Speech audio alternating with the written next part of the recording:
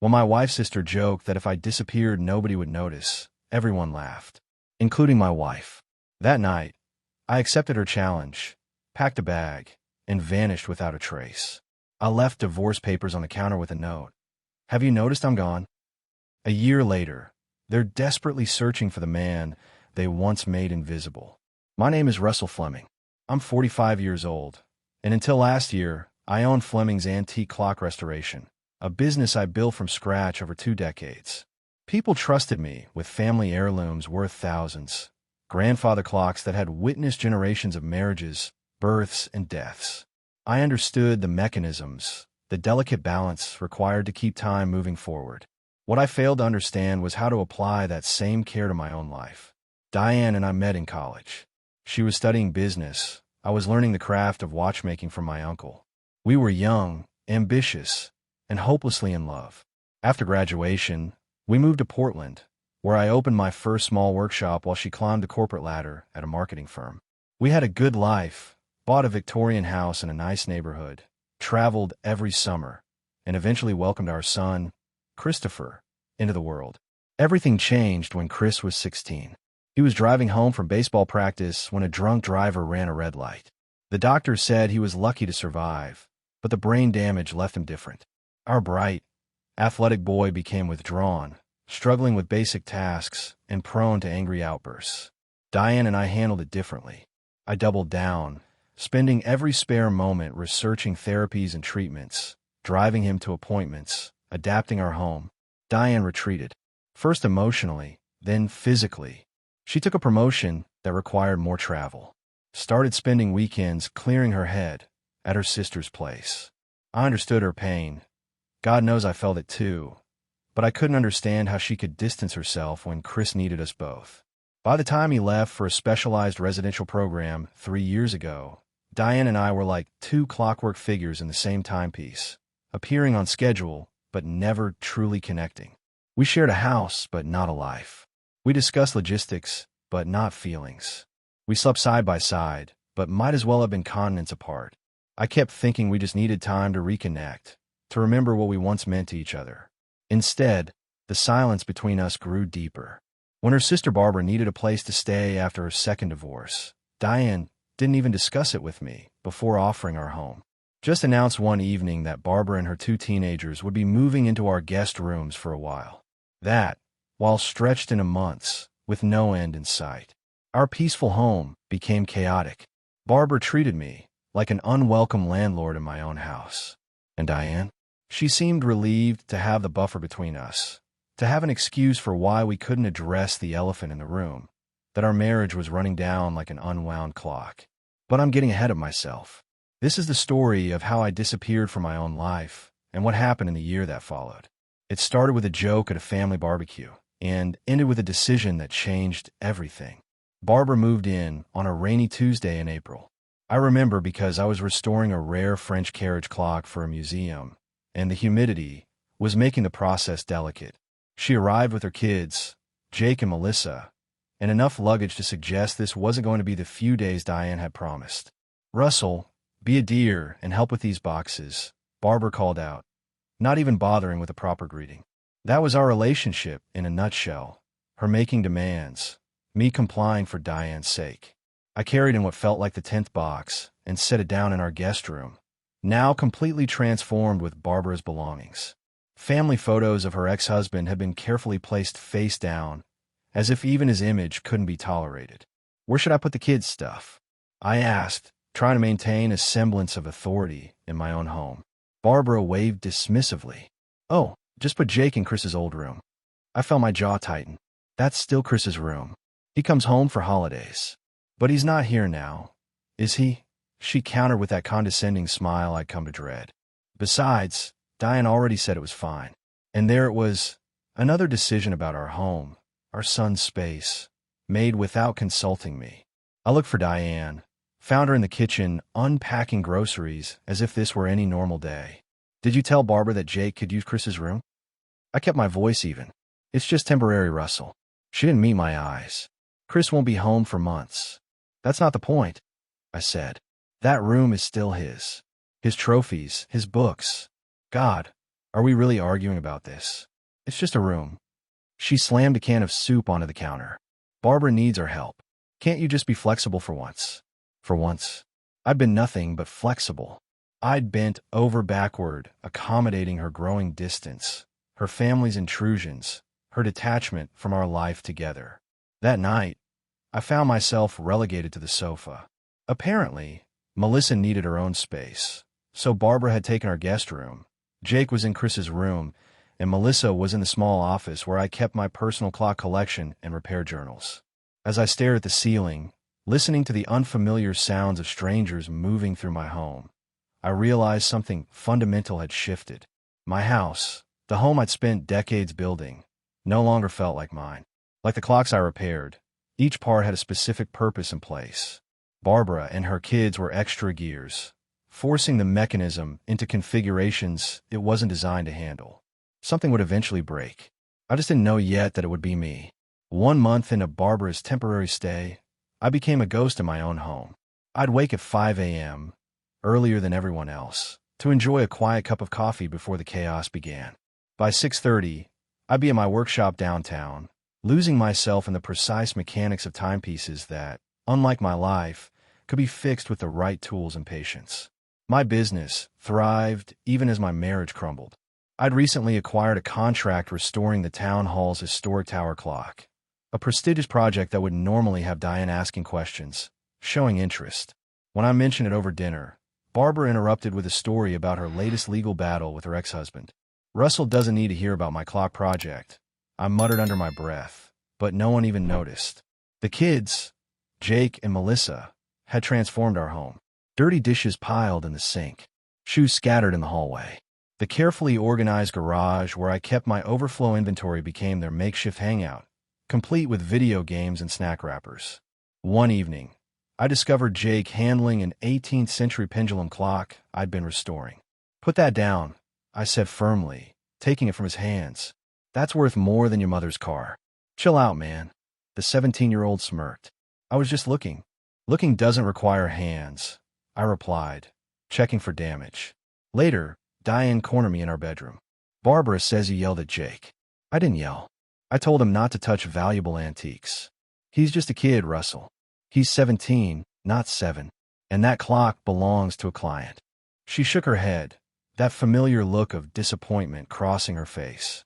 "You care more about those watches than actual people." The accusation stung because it echoed my deepest fear, that I'd failed Chris by not being enough, failed Diane by focusing on the wrong things. "That's not fair," I said quietly. "I care about our family, our home, our life together. But lately, it feels like I'm the only one." She looked away. "Barbara and the kids need us right now." "And what about what we need?" I asked.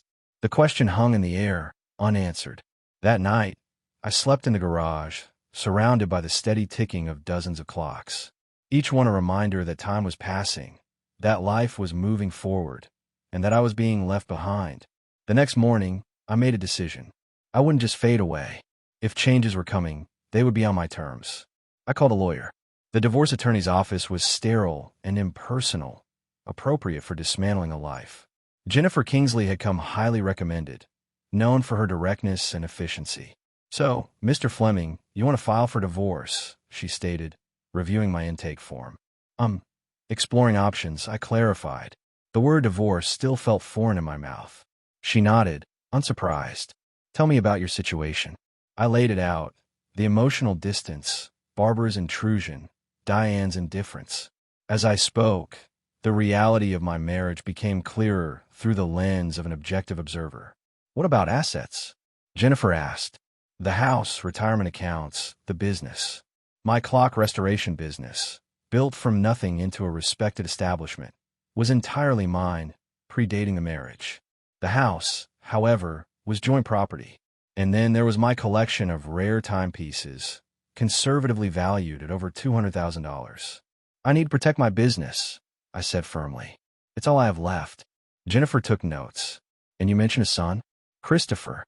He's 19, in a specialized program for his brain injury." My voice caught. "He still needs significant support." After an hour discussing strategy, I left with a folder of paperwork and a hollow feeling in my chest. I wasn't ready to serve Diane with papers. Not yet. But I needed to prepare, to protect what mattered. Over the next weeks, I began methodically securing my life. I rented a small storage unit 3 towns over, gradually relocating my most valuable personal clocks and important documents.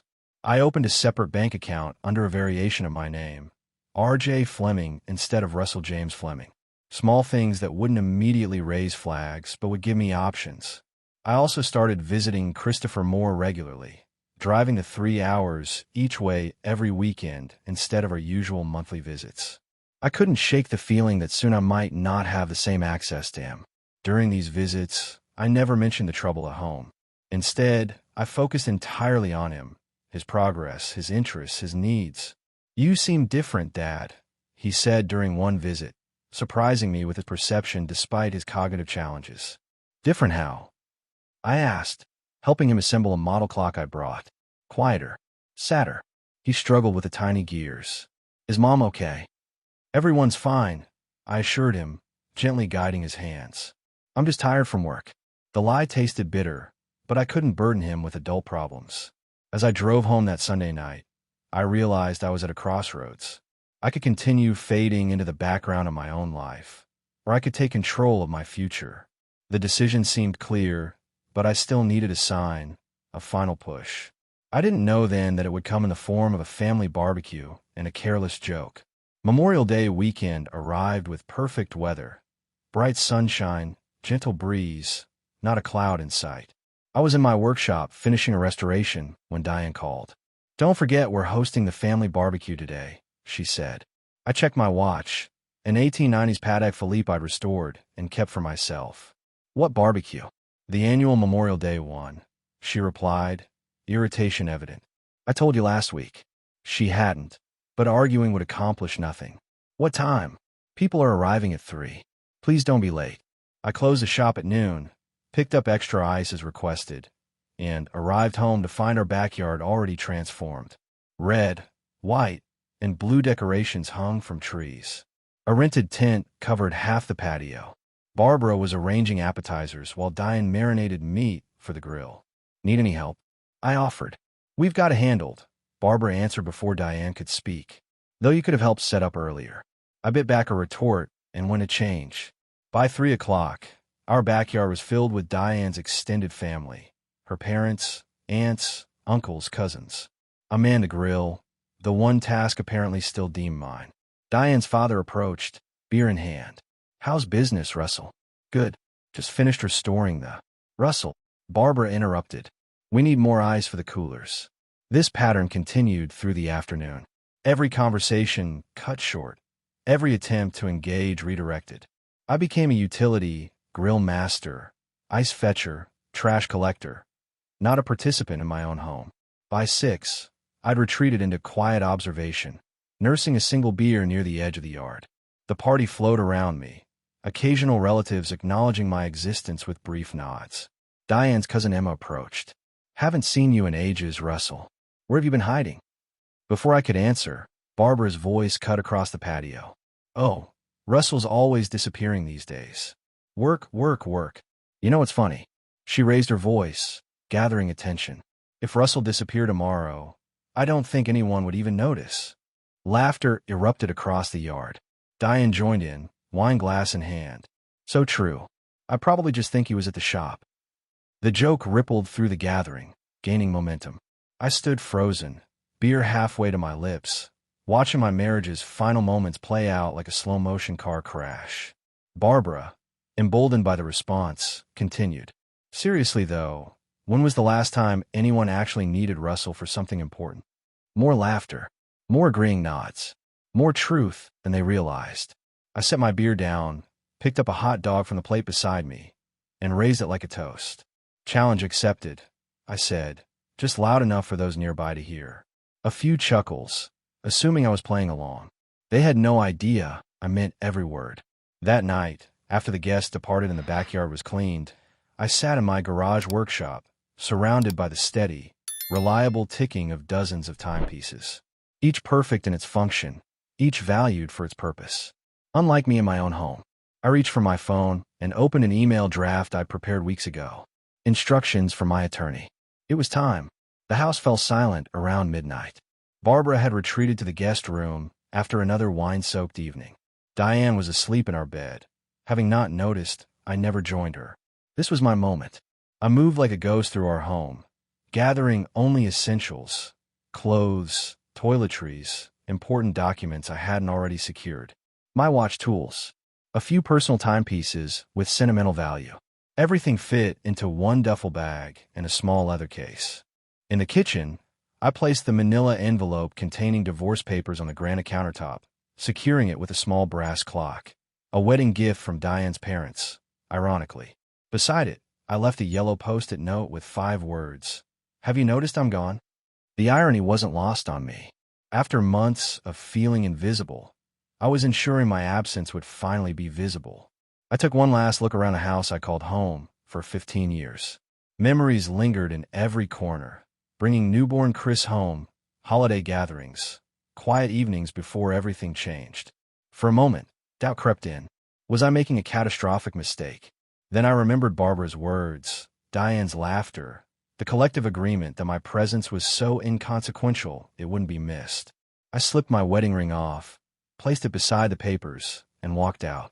My car was already packed with boxes I'd gradually moved over weeks.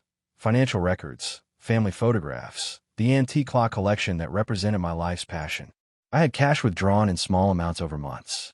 A prepaid phone, a new credit card under R.J. Fleming. I drove through a sleeping neighborhood one last time, passing the park where I taught Chris to ride a bike, the coffee shop where Diane and I used to have Sunday morning dates, the school where we'd attended countless parent-teacher conferences. Each landmark a chapter closing behind me.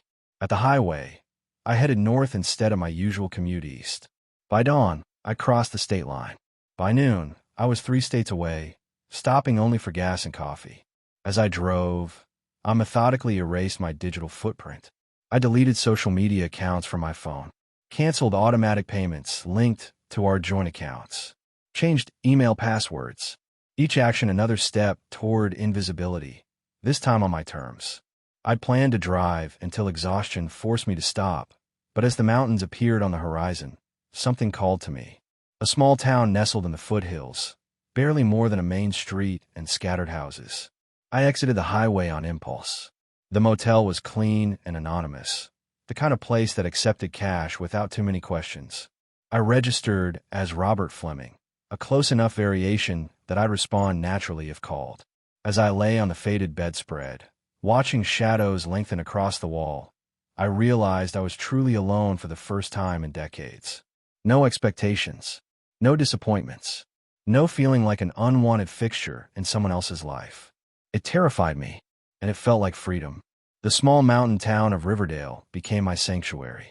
I found a modest cabin for rent on the outskirts, paying 6 months in advance with cash. The owner, an elderly man named Frank, asked few questions beyond whether I could handle the harsh winter. Been handling precision instruments my whole life, I told him. I'm good with my hands.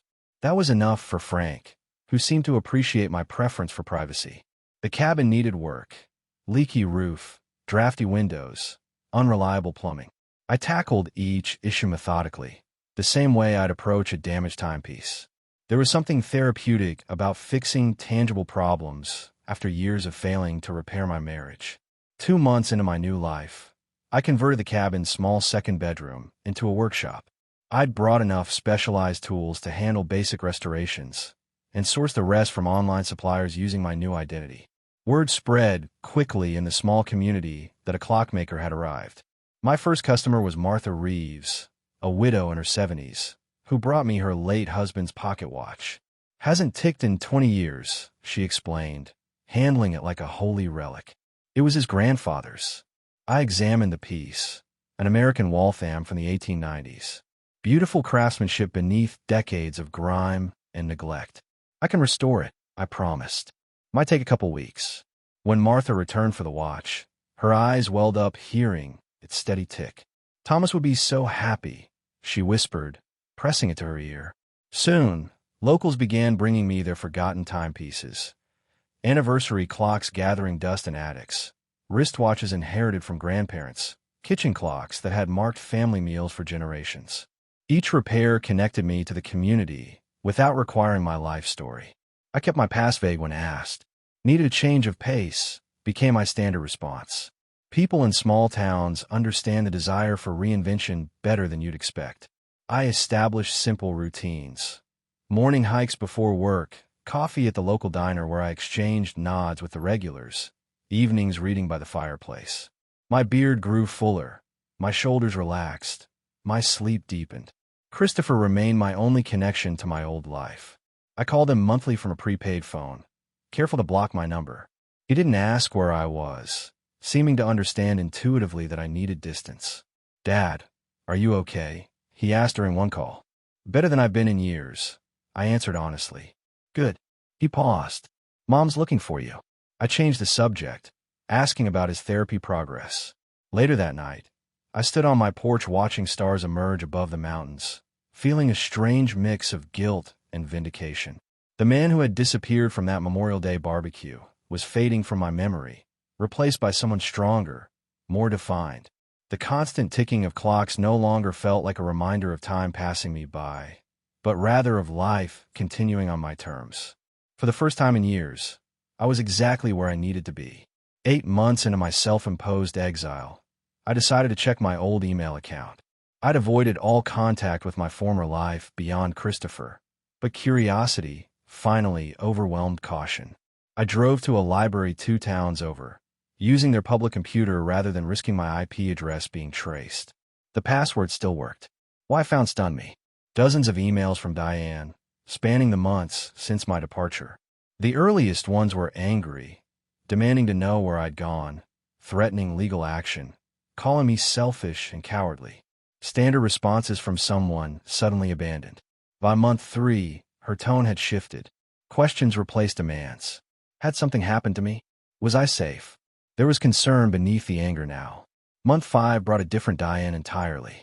She wrote about financial troubles, about Barbara finally moving out, about the house feeling too empty. She mentioned discovering my clock journals, reading them to better understand the passion that had consumed so much of my time. The most recent email, sent just days ago, knocked the wind from me. "I understand now, Russell. I took you for granted. Made you invisible in your own home. I was so wrapped up in my sister's drama that I couldn't see what was happening to us. The divorce papers remain unsigned. I keep hoping you'll walk through the door. Not because I need help with the mortgage or fixing things around the house. Because I miss you. Because I finally understand what you gave up trying to hold our life together. If you ever read this, I'm sorry." I sat in the quiet library, surrounded by strangers, feeling exposed despite my anonymity. My carefully constructed new life suddenly seemed less solid. I drafted multiple responses, deleted them all. What could I possibly say? That I was thriving while she struggled? That her realization came too late? That despite everything, some part of me still ached for the life we planned together? Instead, I logged out, cleared the browser history, and drove back to my cabin in silence. That night, Frank knocked on my door, an unusual occurrence. "Package came for you," he said, holding out a small box. Had to sign for it. I thanked him, fighting rising panic. No one should know my location. Inside was a small wooden clock, one I recognized immediately. I'd made it for Christopher during his recovery, with oversized numbers and a simple mechanism he could understand despite his cognitive challenges. Attached was a note in his handwriting. "Dad, I think it's time we talked. I haven't told Mom where you are because that's your choice. But I'm doing better, and I'd like to see you. Call when you're ready. No guilt trip. No demands. Just an invitation and space to decide." I placed the clock on my mantle, watching its steady movement. Time was still passing, but perhaps it wasn't leaving everything behind. I reached for my phone. I arranged to meet Christopher at a diner halfway between Riverdale and his residential program. Seeing him walk through the door, taller than I remembered, his gait steadier, made my chest tighten. "Dad," he said simply, wrapping me in an awkward hug before sliding into the booth. We exchanged updates over burgers and fries. His speech therapy was progressing well. He'd started dating a girl from his art class. Small victories that felt monumental given where he'd started. Finally, he addressed the elephant in the room. Mom hired a private investigator. My fork froze halfway to my mouth. "What?" "She's determined to find you. Not to get back together," he clarified, watching my reaction. She says she needs closure. I set down my utensils, appetite gone. How close are they? Close enough that I needed to warn you. He hesitated. She's different, Dad. The house is sold. Barbara's completely out of the picture. She's been seeing a therapist. Good for her, I said, meaning it despite my flat tone. She wants to apologize in person. I shook my head. The emails were enough. Were they? You never responded. What's there to say? Sorry your actions drove me away. Glad you learned something? Christopher flinched. For a moment, I saw the boy he'd been before the accident. Sensitive, perceptive. You're angrier than I thought. Not angry, I corrected. Resolved. On the drive back to Riverdale, Christopher's words echoed in my mind. Was I still angry? Or was I simply protecting the peace I'd found? When I pulled into my driveway, a rental car was parked outside my cabin. Diane stood on the porch, arms crossed against the mountain chill. Your son's a terrible liar, she said as I stepped from the car. He called from your cabin last week. Triangulation did the rest. She looked different, thinner, hair shorter, eyes clearer. But seeing her in my new space felt like worlds colliding. You shouldn't have come, I said, unlocking the door. Common courtesy forced me to gesture her inside. She entered, eyes taking in every detail of my new life. The workshop visible through the side door, the wall of local photos, the evident absence of mementos from our marriage. You've built something here, she said quietly. Yes. Russell, I came too. I know why you came. I interrupted. You said it all in your emails. I read them. Then why didn't you respond? Because there's nothing left to say. She stepped closer, close enough that I could smell her familiar perfume. I was horrible to you. I let my sister poison our home. I abandoned you emotionally when Chris needed us both. And when everyone laughed at that barbecue. Her voice broke. I laughed too. Yes, I said simply. You did. I've spent a year understanding what I destroyed. Please, if there's any part of you that's still. There isn't, I said, gentle but firm. That part died at the barbecue.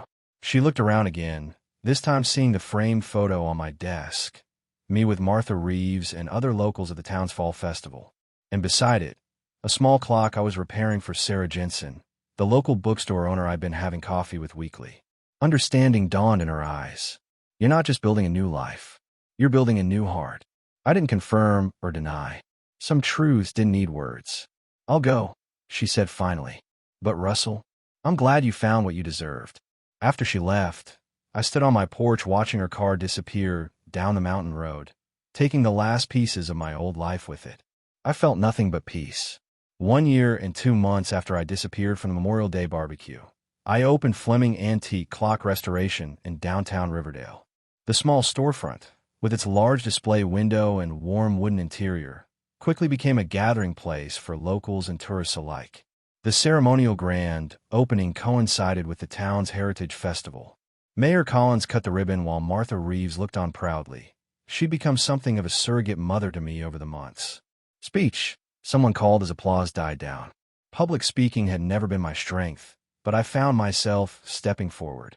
A year ago, I came to Riverdale broken. I began, not unlike the timepieces people bring me. Missing pieces, not functioning as intended. Forgotten. I gestured to the shop window, where dozens of restored clocks displayed the correct time in perfect synchronization. But like these clocks, sometimes what's broken just needs the right environment and careful hands to work again. Sarah Jensen stood in the front row, her smile encouraging. Our relationship had evolved slowly from coffee meetings to dinner dates to something deeper. She understood my past without demanding details. Later that evening, as we shared a celebratory dinner on my cabin porch, Sarah raised her wine glass.